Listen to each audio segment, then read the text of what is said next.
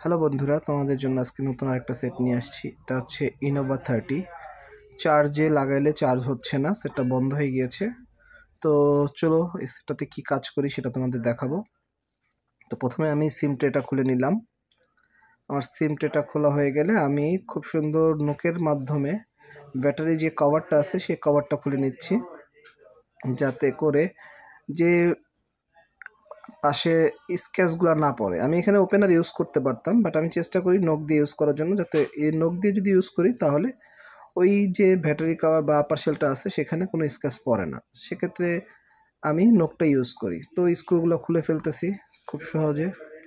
সুন্দর করে স্ক্রুটা খুলবে। অবশ্যই ব্যাটারি কভারে খোলার সময় খেয়াল করবে যাতে পাশে যে ফিঙ্গারপ্রিন্টটা আছে সেই ফিঙ্গারপ্রিন্টটা ছিঁড়ে না যায় বা নষ্ট না হয় বা ড্যামেজ না হয়। যদি সেটা ড্যামেজ হয়ে যায় তাহলে কাস্টমারের জন্য সেটা ভোগান্তি হয়ে গেল, নিজের জন্য একটা ভোগান্তি হয়ে গেল। সো আমি এখন এই স্পিকার বক্সটা তুলে নিলাম।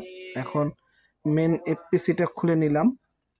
এখানে যে নেটওয়ার্ক কেবলটা আছে সেটা খুলে নিচ্ছি। এবার আমি এই যে সাব পিসিবিটাকে চার্জিং লজিক বা যে যেটা বলে, আমরা এখানে সাব পিসিবি বলি। তো আমি সাব পিসিবিটা প্রথমে খুলে নিলাম, যেহেতু সাব পিসিবি থেকেই সমস্যা। তো আমি নতুন আর একটা সাব পিসিবি নিয়ে নিচ্ছি। এটা খুলে সাব পিসিবিটা নিয়ে নিচ্ছি। নতুন সাব পিসিবির জন্য ওয়েট করতেছি। আমার সাব পিসিবি দিতে একটু লেট হচ্ছে। সাব পিসিবিটা হাতে পেলেই লাগিয়ে নিব, সেটার জন্য ওয়েট করতেছি। যখন সাব পিসিবিটা দিবে তখনই আমি অলরেডি আমার হাতে সাব পিসিবি চলে আসছে। দেন আমি সাব পিসিবিটা বসিয়ে দিচ্ছি।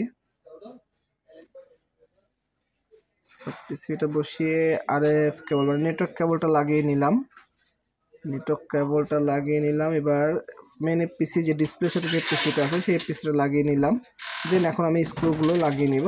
কারণ আমি যতটুকু ধারণা, যেহেতু অনেকদিন যাবৎ কাজ করি, প্রবলেমটা কোথা থেকে হতে পারে সেটা সহজেই বুঝতে এবং ওটা নিয়ে কাজ করতে পারি। যেহেতু আমি এটা সহজেই বুঝতে পারছি যে এখান থেকে কাজ, তাই আর চেক করতেছি না, একবারে ফিটিংয়ে চলে যাচ্ছি। দেন ফিটিং করে আমি আপনাদের চেক করে দেখাবো যে আমি আদৌ আসলে কাজটা ঠিক হয়েছে কিনা সেটা দেখার জন্য। তো আমি স্ক্রুগুলো লাগিয়ে নিচ্ছি। আমার স্ক্রুগুলো লাগানো হয়ে যাচ্ছে। সুন্দর করে স্ক্রুগুলো লাগিয়ে নিচ্ছি আমি। স্ক্রু লাগানোর পর আমাদের একটা সিকিউরিটি স্টিকার থাকে, সেই স্টিকারটা লাগিয়ে দিচ্ছি সেটে, যাতে করে স্টিকারটা নষ্ট হলে আমি আবার বলতে পারি যে না, আমি আর পরেও কিছু একজন কাজ করেছে সেজন্য। তো আমি ব্যাটারি কভারটা ফিটিং করে দিচ্ছি খুব সুন্দর করে। এখন আপনাদের আমি দেখাবো যে হ্যাঁ চার্জ হচ্ছে কি হচ্ছে না। দেন আমি এখন চার্জারটা লাগাবো। আমার ভিডিওটা যদি আপনাদের কাছে ভালো লেগে থাকে অবশ্যই লাইক, কমেন্টস এবং শেয়ার করে দেবেন। আল্লাহ হাফিজ। দেখেন অলরেডি চার্জ হচ্ছে।